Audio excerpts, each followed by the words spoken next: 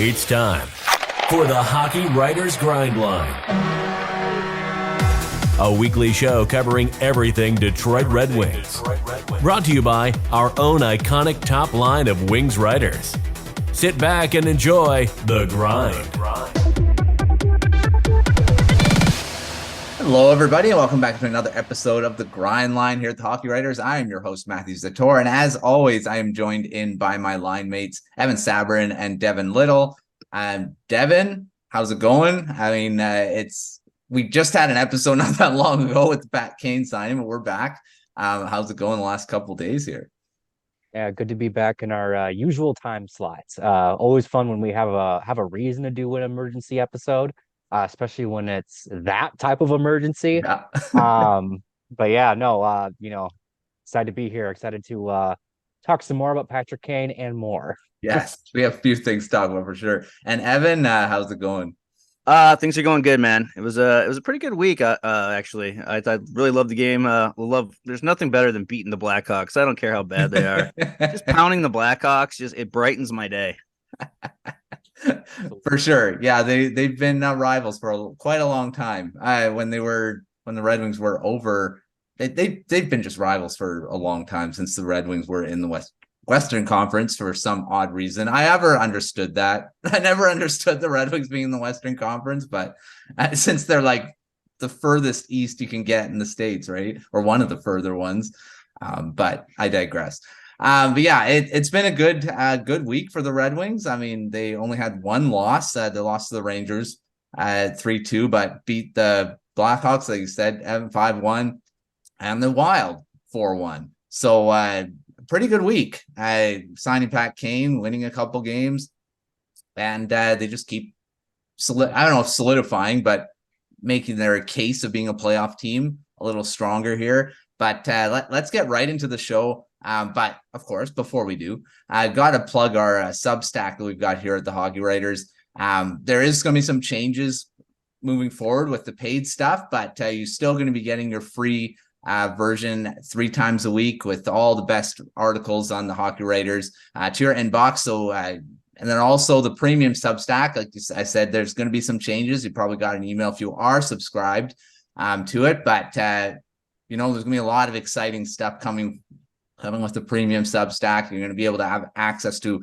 all the teams, not just the Red Wings. So if you're fans of other teams, you can get access to that too, but you'll get the same type of stuff, different things that we're going to get. So sign up below and join the fun.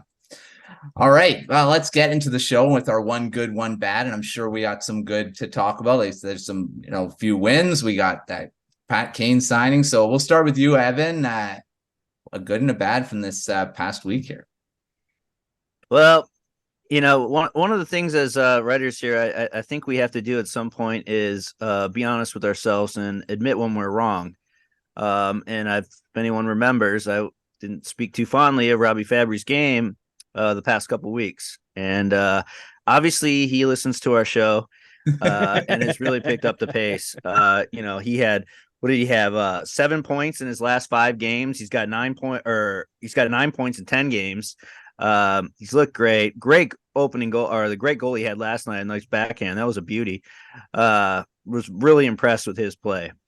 The bad, maybe it's because I'm a homer. I don't know how to say this, but that stick in the Jimmy Vesey goal the other night, I was sitting with a couple neutral fans, and I thought that was a little over the bar. I don't know. Would you guys think that or no? No, It was pretty close. It was a little close, but it was a much better showing than the last time we played the Rangers. So I was happy with that. But yeah, my bad is that loss. I was all fired up this week with the Patrick Kane signing. I was ready to keep rolling, but can't be too greedy these days the way the Wings are playing. So it's good times.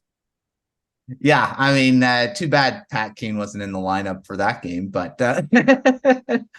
cause former team, and then they played the Blackhawks too. So, but he should be in the lineup soon, hopefully. Devin, over to you. Good and a bad from this past week here. I'm gonna start backwards and do one bad first. One bad is going to be actually the announcement that Dylan Larkin made this morning, kind of revealing why he missed the last 2 games. In case you didn't see, he posted on his Instagram this morning that he and his wife had lost their baby that they announced that they were expecting literally only like 3 weeks ago.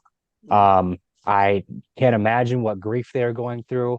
Obviously, best wishes and condolences to him and Kenzie and the rest of their family.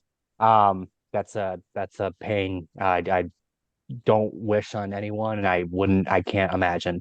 But pivoting over to the good, I'm gonna echo Evan. It's always good to beat the Blackhawks. Doesn't matter if the Blackhawks are at the bottom of the league or the Red Wings are at the bottom of the league. If the Red Wings beat the Blackhawks, it was a good night. And then because I love a good segue, my other one good is actually going to be the play of Alex Lyon, just of late, really, in that game against the Blackhawks, and his just other performance before then. He's really a couple weeks ago we were talking about him needing to play, and since he started to play, he's looked good, and that will lead us into our next segment. Good stuff, Devin.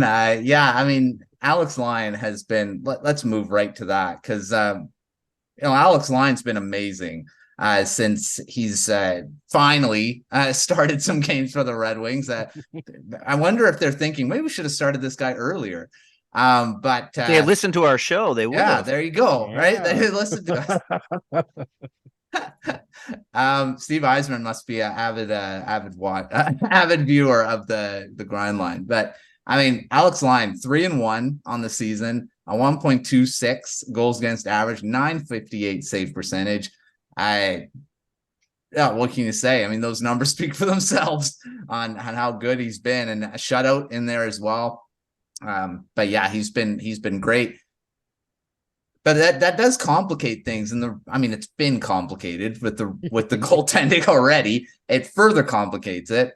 Devin, what do you make of the goaltending situation right now? I mean, Alex Lyon is clearly performance-wise, the best goaltender right now. What do you make of all this? Excuse me. What I make of it is that the Red Wings, or at least Yzerman, should be making some phone calls and seeing what opportunities there are to maybe finally cash in on the fact that they have an extra goalie. Obviously it's Husso's entrenched at this point. I don't think that they're necessarily in a rush to get rid of him. I don't know that that's even like a thought for them. And then you have Lyon and Reimer, who you brought in the offseason. Reimer, his numbers still actually look fairly decent if you look at like his stat sheet. But he's now all of a sudden he's the odd man out. Lyon's playing lights out. He's right now, if you ask me, Lyon should be kind of running with the ball here. He should be getting excuse the pun, the lion's share of the starts. With Husso kind of getting in every so often, because you do want Husso to you don't want Husso sitting on the bench too much with how much you're paying him and how invested you are in his success. So yeah, that's really what it comes down to for me is, I'd be calling Edmonton. I'd be calling just about any team that looks like they could use an extra goalie and just seeing if there's a fit. Doesn't even necessarily have to be like a crazy trade. It's just, you got at least 2 guys that you're comfortable with. You're good elsewhere in your throughout your organization, meaning in the AHL and ECHL and whatnot. See if you can pick up an extra draft pick, right? Maybe it's a little too early for that. Obviously we still have a long season ahead of us. Injuries do happen. And if they did, they're going to feel real lucky about having an extra goalie. But, if you got 2 guys going, you have a third one laying around, why not see if you can get something of value for them? Mm-hmm. I mean, obviously Lions, it's very small sample size. All goaltenders can get on these little streaks, and then all of a sudden they return back to how they were. But Lyon was really good at the end of last season with the Panthers for quite a while. It wasn't just a little bit. He was basically the reason they made the playoffs. So, I mean, I don't know. It could be sustainable. We'll see. But Evan, what do you think about all this? I mean, I know you are a big proponent of getting Lyon some starts, and but what do you think about the goaltending right now? Well, to be honest, I'm actually kind of happy with it right now. Seeing, we saw Ville Husso, start last year off with a bang, and then struggled down the stretch because he had never really played a starter's, share of games over a full season. So we kind of saw him get run down. And right now, I thought he played good in the New York game. If they can continue this success and maybe start Alex, 1A, 1B goaltender situation here, I think it could benefit the Red Wings. We've seen goaltenders like Alex Lyon get hot before. And obviously he did it last year with Florida, and probably picked up a few tips from Bobrovsky. Who knows? But no, I feel comfortable with it right now. I don't know that they're going to go out and make a trade yet for Reimer. I don't know if he's someone that people would pick up. He'd probably be a legitimate backup somewhere if someone goes down. And if we could get a late round pick for him, why not? Especially with his late game blunders this past month, it drove us all nuts. But right now I feel confident. I like what I've seen out of Alex Lyon. I think he's got that goofy persona, and he's got that, I'm just here to play the game that I love kind of attitude. And, sometimes those guys work out, the articles I've read about him says he doesn't feel pressure, that he's happy to be here in the show and playing an NHL game. So, hey, ride him out. If Husso struggles or gets hurt, hey, then maybe we turn to him. But right now I like the way they're dishing out the games between the two. Cause if you're going to compete for the playoffs and you're going to go for a cup run, you got to have two solid goaltenders nowadays. Yeah. The days of, guys like Mika Kiprusoff playing 70 games or goaltenders playing 60, 65 games, those days are over. Yeah. So if we can get some mileage out of these two and the way they've been playing, I'm good with it. Yeah. At the beginning, I don't know. I don't remember what episode it was, but I was saying that I think Alex Lyon was going to be the backup and take over from Reimer. I don't know. I may have said at this time of the season that I thought Lyon was going to be the backup eventually, that Reimer was going to get the first crack, and it's come true. I mean, Lyon, I thought played a big role in the reason why the Panthers made the playoffs. And I thought he was going to be the backup, not Reimer. And I can't remember who was signed first in the offseason. I believe Reimer was signed first, wasn't he? Reimer was signed first, and then Lyon was later on. And that was kind of confusing me because I'm like, well, they're both could be backups. And I thought Lyon was the stronger one. So, but looking like that's going to be a 1A, 1B. I'm hoping that's the case too, because I really like Alex Lyon. And I think he's going to end up being the permanent backup pretty soon here, unless he is already. But we'll see. We'll see how it all goes. If he continues this run, he could eventually become the starter. Who knows? But we'll see. All right, we're going to start a new thing, and we'll see how this goes. Our Off the Rush segment. We're going to have one of us lead the rush and ask the question. So start with you, Devin. You're going to lead the rush on this one. What question do you got for us here? So we're kind of getting ahead of ourselves here, but my question is for both of you is, when everyone's fully healthy, what does your ideal top six look like for the Red Wings? And that's a good one. That's a good Matt, one. we'll go to you first.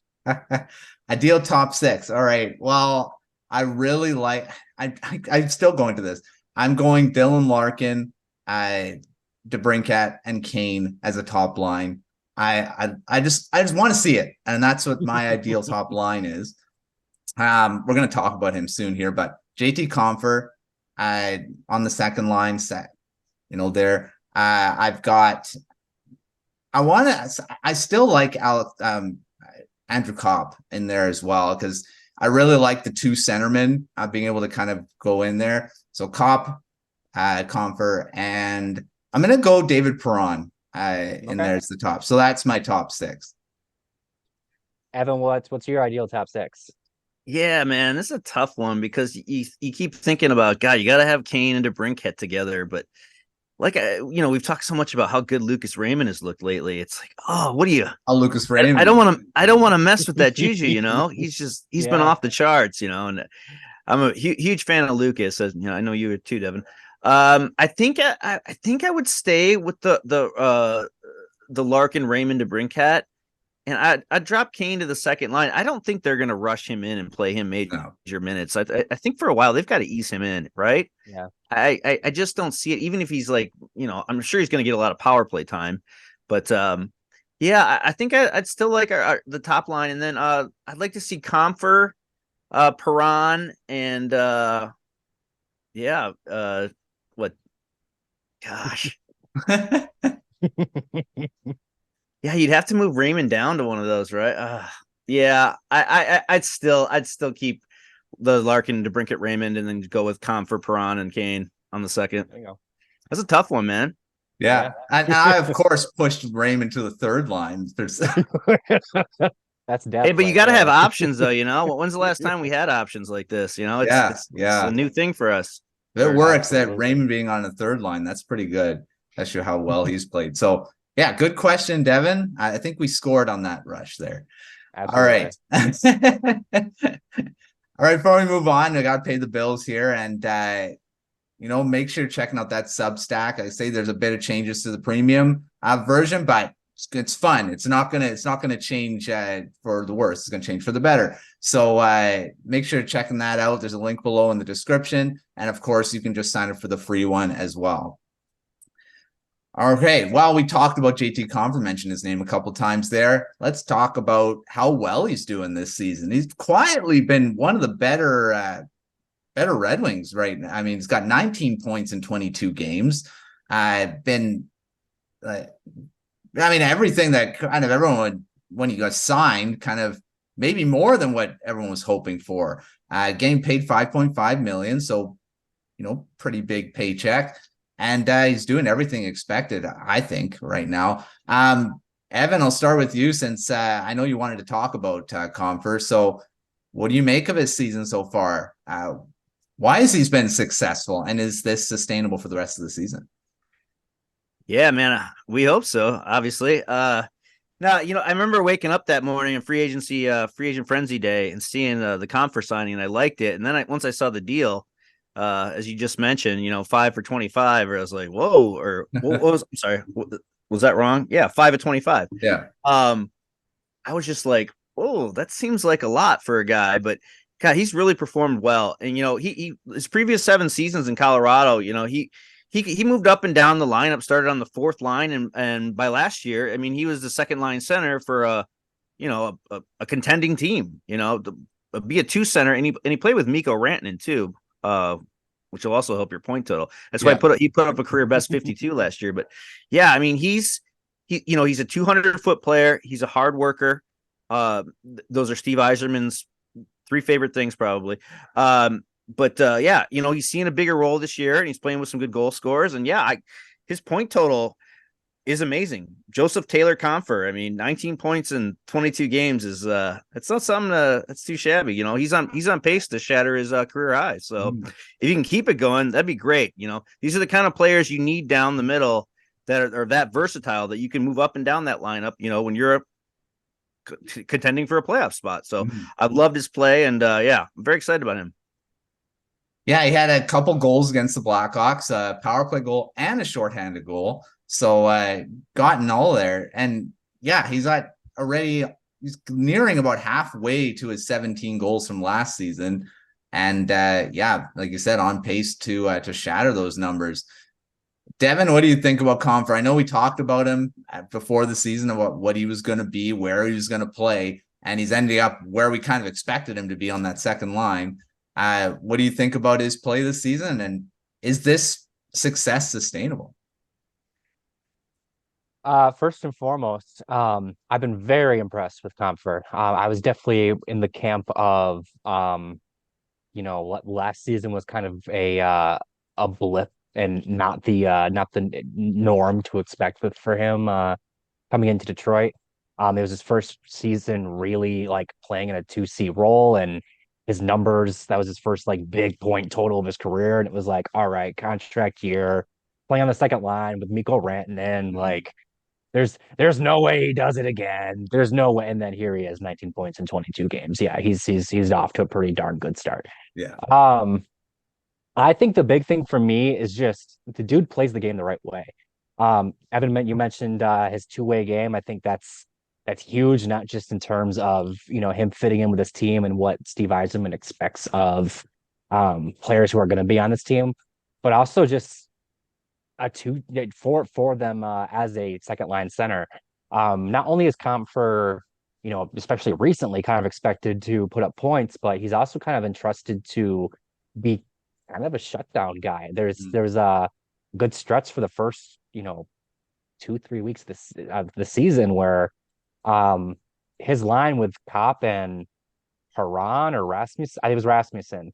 Um, they were basically the shutdown line, and Mhm. yet they were still getting points. And Compher sitting here with a plus minus rating of +8, and I know we don't like plus minus a whole lot, but I think that's a number that you can definitely take something from when you're taking on hard defensive matchups and you're still coming out ahead of it. That's a big thing. I don't necessarily think that his points per game total right now is sustainable. I just don't know that he's all of a sudden like a 70-point player. But also, we're kind of talking about it. Patrick Kane's on the team now. On that emergency episode, we talked about his first line maybe being Kane, DeBrincat, and Compher. I would say Compher would be in a position to put up points in that line as well. So I'm still a little apprehensive. I kind of expect things to kind of even out a little bit, and he might slow down a little bit. But also, man, I don't know that he's doing anything that's unsustainable. He plays the game the right way, and he's gonna have a lot of talent on his wing here pretty soon. So, um, yeah, I'm cautiously optimistic about JT Compher right now. Well, you mentioned there that Kane could end up playing on his line, and that's quite a bit of extra talent, Oh especially yeah. if Kane is back. Well, not back to completely where he was, but even just 50% Kane with his skill is pretty good. I was just I'll gonna take say it. if he's half as good. Yeah, I'll take that. I'll take that. One thing I want to see with Compher though is his face-off percentage to go up a bit. I mean, he is right now his lowest, I believe, his lowest of his career. Well, close. He's at 46.9%. He had 48 last season. I mean, he hovers around that 50% most of his career. So I'd like it to get closer to that 50 because puck possession is so big in the league. And it may not be hurting him per se, but I really like centerman being closer to a 50%. Let's talk about Kane here. And there's going to be a few things he's going to maybe make better for sure. I mean, the goal scoring, may get quite a few assists, who knows? But Evan, I'll start with you. Who or what will benefit the most from Kane being added to the lineup here? Well, first off, I still gotta pump the brakes on Kane, man. I guess I'm paranoid and just too worried about this injury. And every podcast or tweet I see, everyone talks about what we talked about in the emergency episode, that this is a hard injury to come back from, and many players haven't done it. So pumping the brakes a little, but what I hope to see is to see that magic that him and DeBrincat once had. If they had some good chemistry together. So if DeBrincat, I still think DeBrincat's going to hit the 40 goal mark, but shit, with Kane maybe hits 50. Who knows? But no, I think that's what I'm most excited about, and I think it's going to be great for the power play, because even if his lateral movement and whatever, Patrick Kane was never known for his speed. He's known for his stick handling and his puck control. So they can put him down low, and he can feed people up to the point and on the flanks. Like, it could really boost the power play, and the power plays looked a lot, better the past couple games. We know that it struggled for a bit at the beginning. So, yeah, I mean, the power play and DeBrincat, it could be good, could be pretty good, but we just gotta pray that hip is good. Every night pray to the hip gods. Yeah, that's a big thing that we're gonna be watching pretty closely right at the beginning here, how he's skating and stuff like that. I'm sure it's gonna be under a microscope in his first shift, right, for sure. Devin, what do you think? What's going to benefit the most, or who's going to benefit the most from Kane being added here? Two biggest things come to mind. One, the power play. Just adding the creativity of Patrick Kane. I mean, that's kind of his whole thing, right? Steve Yzerman talked about it when he talked about the signing, is just Kane's hockey IQ. That's really his. Yeah, the hips definitely think something to be concerned about, but Kane's biggest asset was never physical. It's in his head. So as long as they're able to, kind of insulate him and let him, get up to speed and whatnot, and hopefully, like Evan said, we pray to the hip guys and he doesn't go backwards. He has everything he needs to be just as effective as he was, when he played with DeBrincat in Chicago, right? And then also, with him going on to the power play, in theory, that then knocks somebody down to the second power play, and that juices up that unit as well. So you're kind of having some trickle down effect there, and that should be that should make the power play just that much more lethal. And then the second way that he's going to benefit the team, I think, is Lucas Raymond. I think Lucas Raymond actually has a lot to learn from Patrick Kane. We've kind of talked about this before, where it's great when Raymond scores goals, and he definitely has the scoring touch that you need. But I think his ultimate ceiling is as a playmaker. And I think that having a guy like Patrick Kane around just to learn from, just to really absorb what he knows and what he does, I think that's, Raymond should be a sponge as long as Kane's on this team, and he should be watching and learning. And I think, Kane's 35, regardless of whether he plays multiple seasons with Detroit or not, he's not going to be around too long. Whereas Raymond's going to be with this team for a very long time, you hope. Hopefully, this is his opportunity to really, learn from one of hockey's best playmakers, honestly, one of the best playmakers of his era. So power play and Raymond, I think they both should see a big effect from adding Patrick Kane to this lineup.